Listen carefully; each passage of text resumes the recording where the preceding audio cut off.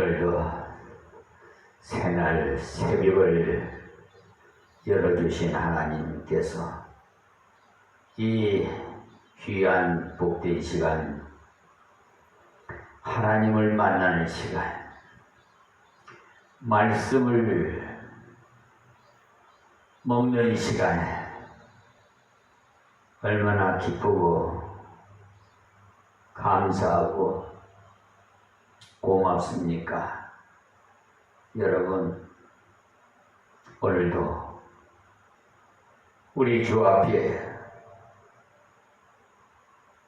주님이 기뻐하시는 일 많이 하셔서 사랑받는 여러분이 되시기를 간절히 바랍니다.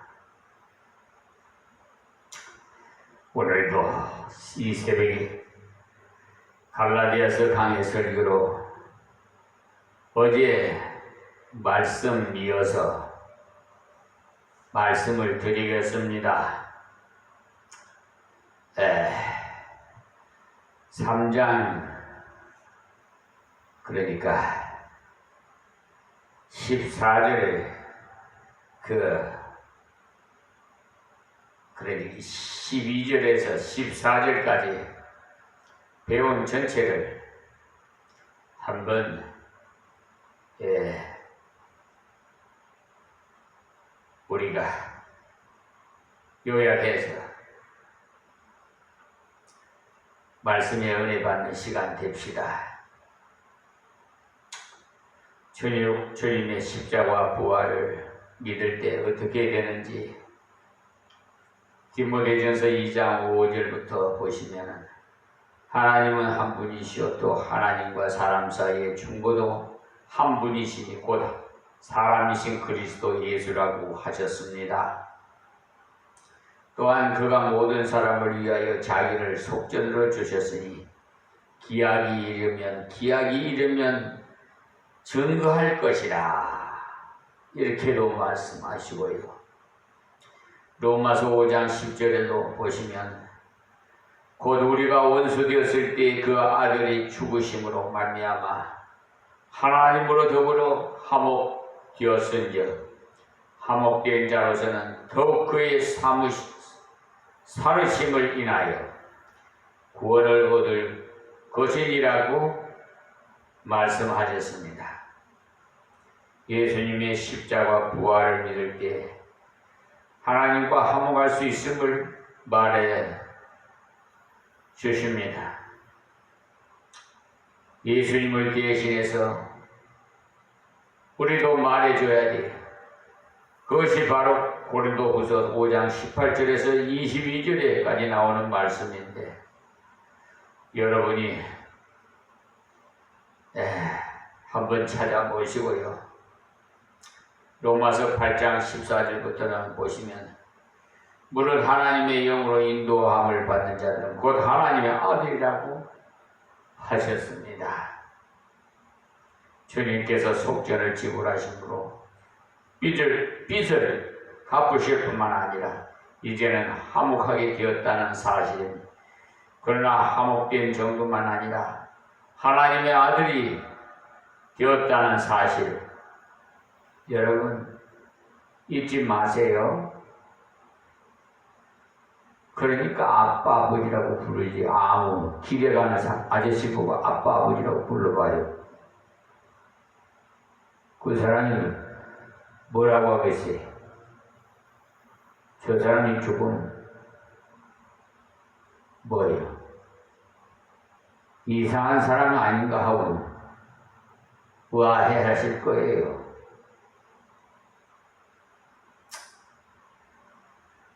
너희는 다시 무수한 종의 영을 받지 아니하였고 양자의 영을 받았으므로 아바 아버지라 부르짖느니라고 하셨잖아요.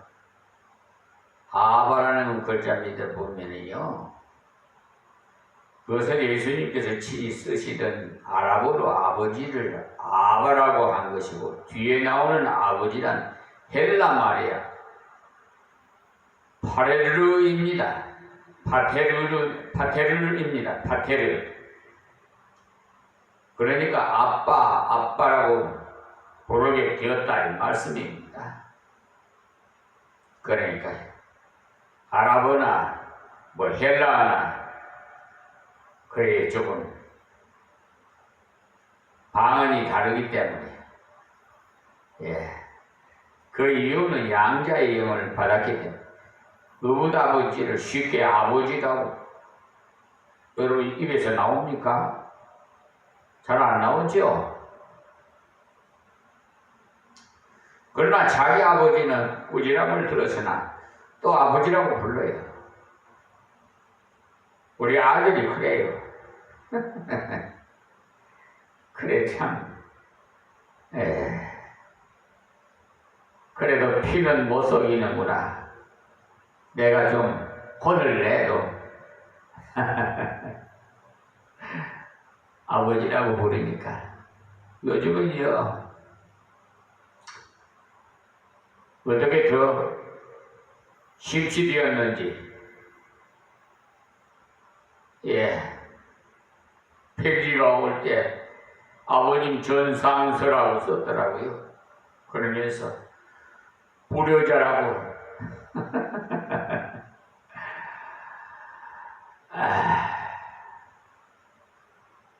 그래서 제가 역시 여러분 아들도 많이 낳으세요. 그래야 이런 아들 있고 저런 아들도 있고 그래요. 지난번에 이재명 대통령 8.15 광복절 그때 오후에 밤에 국민 나는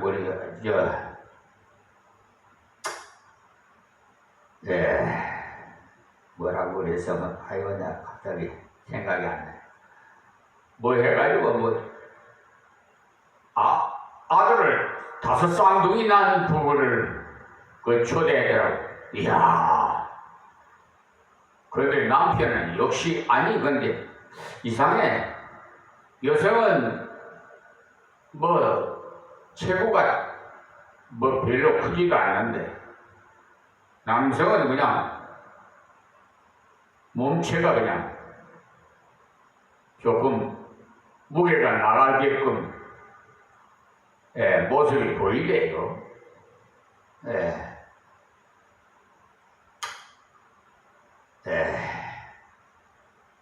국민 임명선가 그걸 제할 때 저는 참 그걸 보고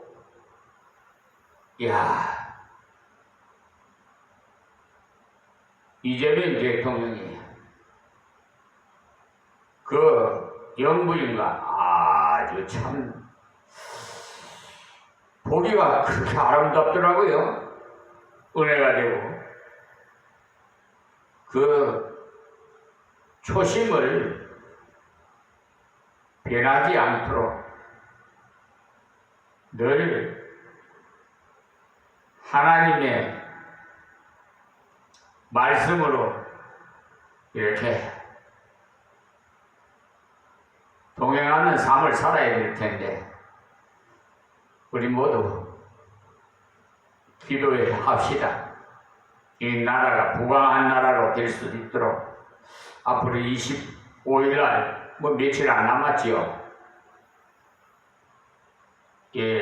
한미 정상회담이 있는데 좋은 성과가 있기를 많이 기도해 주세요.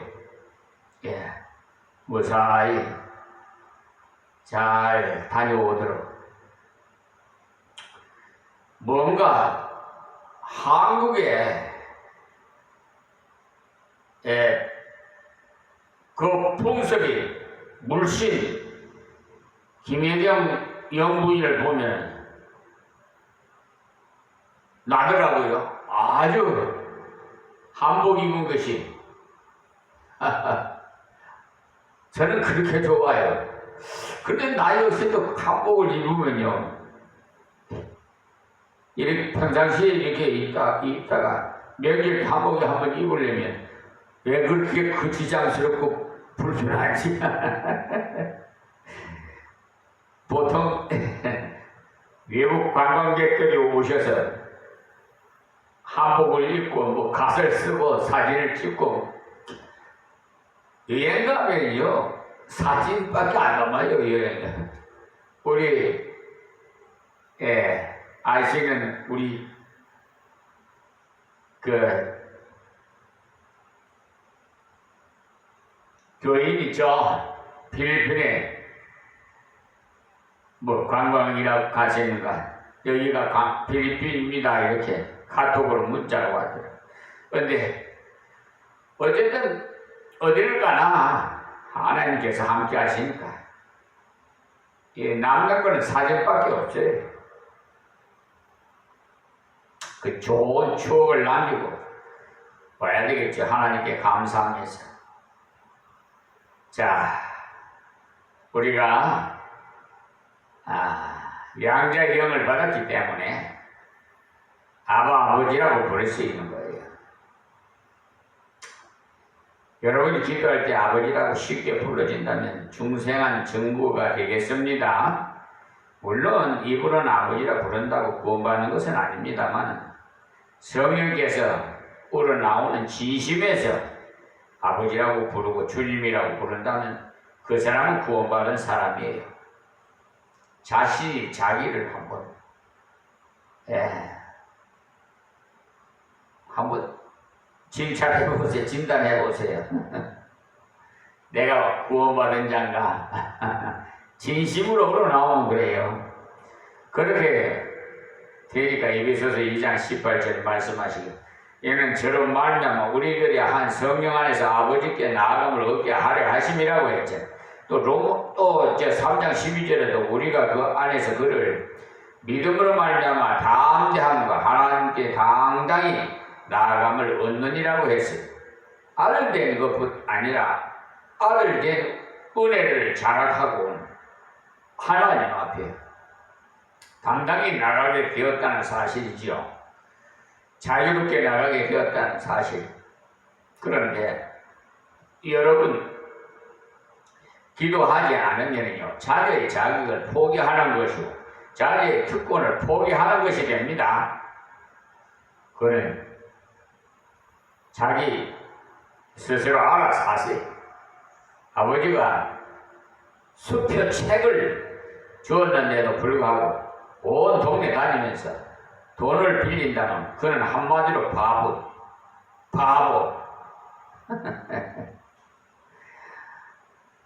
아버지가 백지 수표를 주셨으니까 거기에 숫자를 그리면 되겠는데, 온 동네 빌리러 다니는 사람은 기도하지 않은 사람 모습이 하나님 아버지 앞에 담대히 나가고 당당히 나갈 수 있다는 하나님 자녀의 특권을 알고 누려야 됩니다.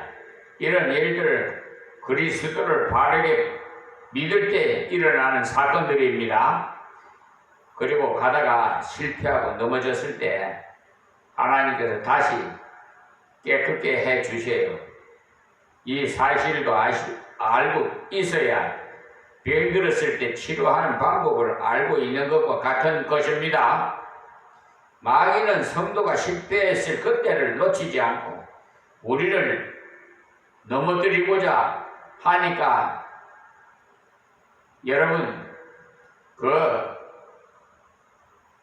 이길 수 있는 것은 말씀과 기도와 찬양이, 좀 마귀들이 그걸 굉장히 싫어해요.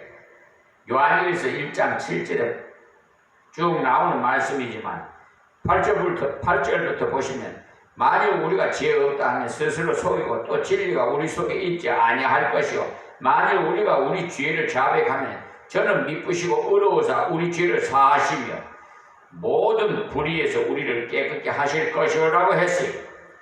주 예수를 믿는 사람도 살다 보면은 죄를 더러 지어요. 그런데 죄 없다 하면서 거짓말 하는 것, 그 귀신의 앱이 마귀가 하는 벌써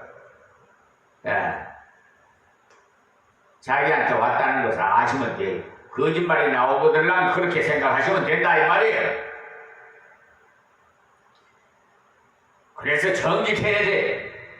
우리 예수 믿는 분들은 목에 칼이 들어와도 순교할 각오를 하고 거짓말 하지 말아요.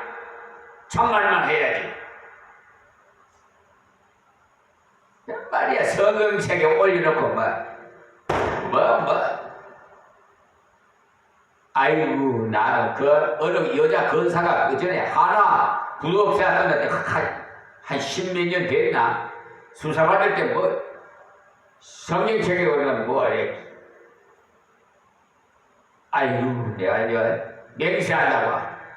참나, 어쩌고, 나중에 그거 저희, 그 63빌딩인가요? 다 넘어갔잖아요. 어떤 사람은요, 예수 믿어서 구원받은 사람은 죄 없다고 합니다. 맞습니다. 법적으로는 죄가 없습니다만, 양심적으로는 죄인이에요. 그래서 죄가 없다고 한다면 거짓말을 하는 거예요. 우리가 예수 믿어서 구원받은 후에 죄를 짓는다고 해서 하나님의 아들에서 취소되는 일은 없습니다. 점수가 한 50점 받았다고 해서 이제 너는 내 아들이 아니다라고 하는 아버지가 어디 있습니까? 그렇게 한다면 그 아버지가 자격이 없어요. 아버지가 오히려 자격이 없어요. 우리가 실수하고 넘어졌을 때 다시 자복하고 회개하면 하나님께서는 다시 우리를 깨끗하게 하셔요. 오뚜기같이 발딱 일어나서 새롭게 하십니다. 능력이 회복돼요. 하나님과 좋은 상태가 돼요. 그래서 사탄을 이길 수 있게 돼요. 골로새서 2장 15절에도 보시면 정사와 권세를 벗어버려 밝히 드러내시고 십자가로 승리하셨느니라고 했는데, 우리가 이 주님의 십자가를 믿을 때 사탄의 권세를 이길 수 있게 하십니다. 골로새서 1장 13절에도 그가 우리를 흑암의 권세에서 건져내사 그의 사랑의 아들의 나라로 옮기셨으니 그랬어요. 마귀의 권세에서 예수님의 통치구역으로 옮겨졌으니 우리는 떨 필요가 없어요.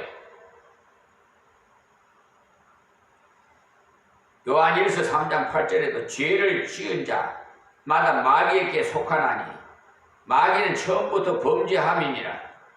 하나님의 아들이 나타나신 것은 마귀의 일을 멸하려 함이니라고 했어요. 마귀 일을 죄짓도록 하는 일이고 남을 미워하게 하는 일이고 지옥 가게 하는 일이에요. 그러나 주님의 십자가로 마귀의 일을 멸하셨어요. 그러니까 주님의 십자가를 믿는 것은 굉장한 능력이 되는 것 아닙니까? 얼마나 감사해요. 여러분, 저 깡패 같은 불량자가 막 나를 괴롭히려고 달려와요. 그럴 때 우리 아버지가 딱 와오면은 여러분 어떤 생각이 들겠어요? 마음에 안정이 오고 두려움이 없어져 버리잖아요. 전지전능하신 우리 아버지, 만왕에 와계신 우리 아버지가 그 불량자 그 하나 뭐 처리하겠어요? 확 불어버리면 날아가 버릴걸? 지금요, 저에게 불의와의 전쟁을 빛이다 소금이다 해서 하는데요. 참 놀라운 하나님의 그 권능을 저에게 권능과 지혜를 주셔서 제가 날마다 체험을 해요. 저 대법원에 대법관들이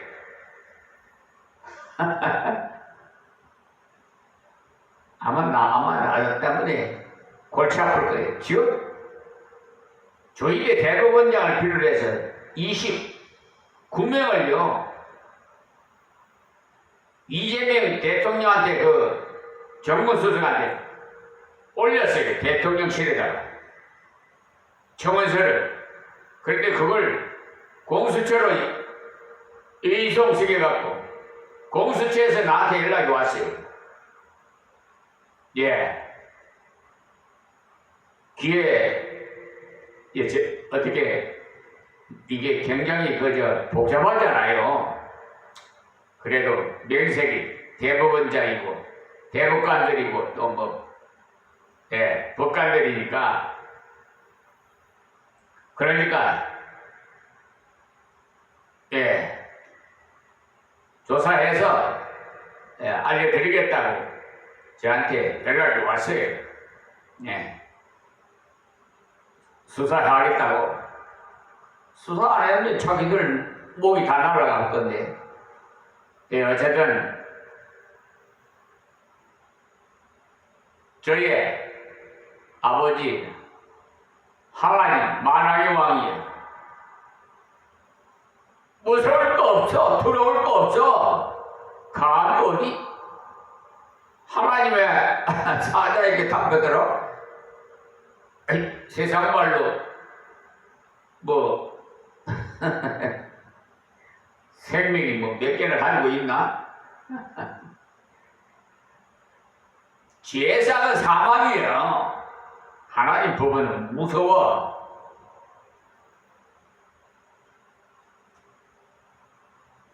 죄 짓지 마세요. 죄를 짓는 자마다 마귀에게 속았다니까. 요한일서 5장 4절에서 6절에도 보면 세상을 이기는 자는 누구냐? 예수 그리스도를 믿는 자가 아니냐라고 확실하게 말씀해 주시잖아요. 그리고 우리를 죽음에서 놓아주신다고 히브리서 2장 14절에서 15절에 말씀해서 그리스도 마지막 날에 심판에서免기하십니다. 사람이 한 번 죽는 것은 정한 것이요 그 뒤에는 심판이 있으리라고 말씀하셨는데 그 심판을 완전免기되었다고 히브리서 10장 14절에서 18절에 여러분 찾아서 묵상해 보세요. 주님의 십자가의 복음을 믿을 때 이렇게 많은 특권을 우리에게 주셨어요. 아브라함의 복과 함께 성령의 복을 주셨어요. 그러니까 이 사실을 믿고 이제는 의심하지 마세요. 성경에 왜 이렇게 여러 군데 말씀해 주셨는지 아십니까? 이곳을 읽다가도 깨닫고 저곳에서 읽다가도 깨닫고 의심하지 말으라고 주신 거예요.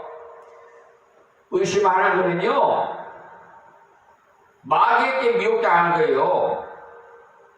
아주 그냥 하나님께서 그거는 너 싫어하는 일이니까 싫어하는 일을 하면 안 되겠죠? 마귀에게 미혹당하면 안 되겠죠? 안 하려면 어떻게 해야 되라고 제가 말씀드렸어요? 말씀과 기도와 찬송. 이게 여러분 시간이 없다고 변명하지 마세요. 부엌에서 설거지 하면서도 찬송할 수 있고 우리 요양사님은 찬송해요. 내가 얼마나 즐거운지 몰라요. 내가 기뻐요. 기도도 말이에요. 설거지 하시면서 기도해도 되잖아요. 말씀은 이제 성경책을 봐야 되니까 성경책을 이제 시간을 그것이 하나님 앞에 헌신하는 거 시간을 하나님 앞에 드리는 거예요. 말씀을 대하는 시간이. 우리 인간은 너무나도 연약하다 보니까 의심도 잘해요. 이 사실을 아시고는 성경 곳곳에 말씀을 기록해 주심으로 든든히 있어서 하목의 사신이 되라고 여러 곳에 기록해 두신 겁니다. 그러니 우리는 이 하목의 말씀을 전해주는 자가 되십시오. 그렇게 할 때 나의 신앙은 더욱 확실하게 서갑니다. 제가 체험을 해서 말씀을 드리는 거예요. 이야, 정말 전도할까요? 제가 그냥 믿음이 더 굳건해지는 반석 위에 세워지는 거예요. 아주 그냥 그 분량으로 어디 표시를 못하겠어요. 하나님의 은혜, 높이, 넓이, 깊이 청량할 수가 없듯이 말이에요. 그러니까 우리는 이 하목의 말씀을 전해주는 자가 되시고, 그렇게 할 때 나의 신앙은 더욱 확실하게 서가고 담대하게 서갑니다. 하목의 사실이 될 때 더욱 든든히 서가는 것을 체험하시는 여러분이 되시기를 간곡히 부탁을 드립니다. 그리고 갈라디아서 3장 15절에서 18절 말씀을 제가 묵상해 드리겠습니다. 봉독해 드리겠는데요. 형제들아, 사람의 예대로 말하는 사람의 언약이라도 정한 후에는 아무나 패하거나 더하거나 하지 못하느니라. 이 약속들은 아브라함의 그 자손에게 말씀하신 것인데, 여럿을 가리켜서 그 자손들이라 하지 아니하시고 오직 하나님을 가리켜 네 자손이라 하셨으니 곧 그리스도라.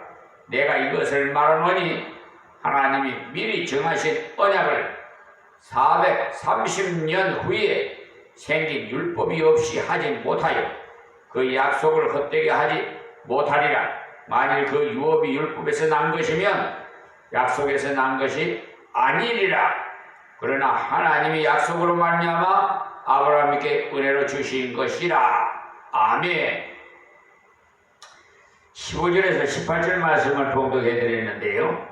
갈라디아 전체가 율법주의 이단을 박멸하기 위해서 바울 사도가 기록한 책이니까 1장, 2장에서는 주로 바울 사도 자신이 지난날 받은 하나님의 은혜를 간증하는 내용으로 되어 있고요.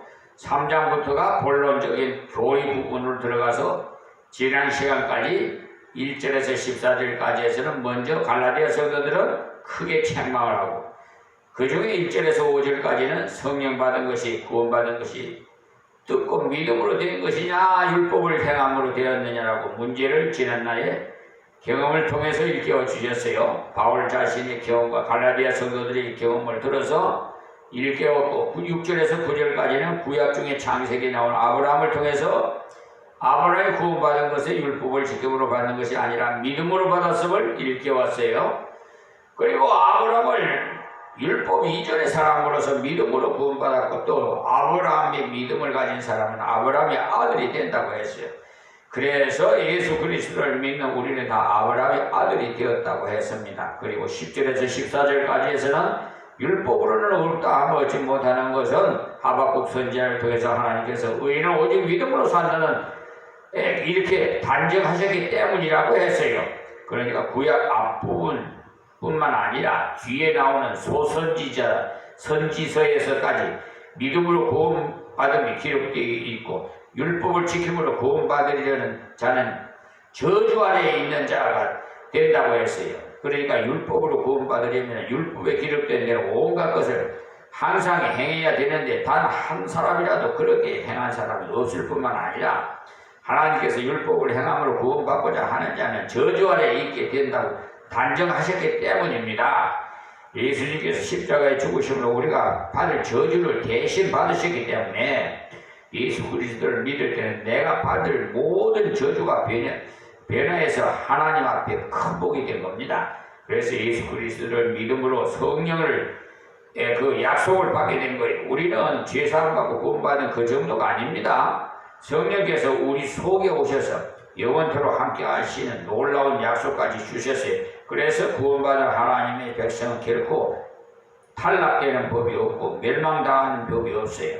그리고 15절에서 22절까지는 약속에 관한 내용이 나오는데, 앞에서 성령의 약속을 받게 하려 함이라고 결론을 줬기 때문에 다음부터는 언약에 관한 말씀이 쭉 나와요. 그래서 22절까지의 말씀에서는 왜 율법으로 구원받지 못하느냐에 대해서 이유를 말씀하시고, 율법보다 더 약속이 앞섰기 때문이라고 했습니다. 하나님께서 율법을 주시기 전에 약속으로 구원의 은총에 대한 보증을 하셨습니다. 430년 뒤에 시내산에서 주신 율법 때문에 약속하신 9월의 도리가 변경될 수 없다는 사실입니다. 그 이유는 하나님은 변하시지 않은 분이시기 때문에 그래서 제목을 옳은 율법보다도 앞선 약속이라고 붙여보면 좋겠습니다. 다른 말로 한다면 이렇게 언약이라고 해도 돼요. 그러니까 언약의 영원성과 율법의 일시성, 언약의 불변성과 이것을 강조하고 있어요. 그래서 간단하게 정리한다면 율법은 약속을 헛되게 할 수 없다는 거예요. 그래서 그 이유는 약속이 있은 후에 왔기 때문에, 그리고 율법은 약속보다도 위대하지 못하기 때문에, 율법은 모세를 통해서 주신 것이고 천사들을 통해서 주신 것이나 약속은 하나님이 주셨고 그리스도를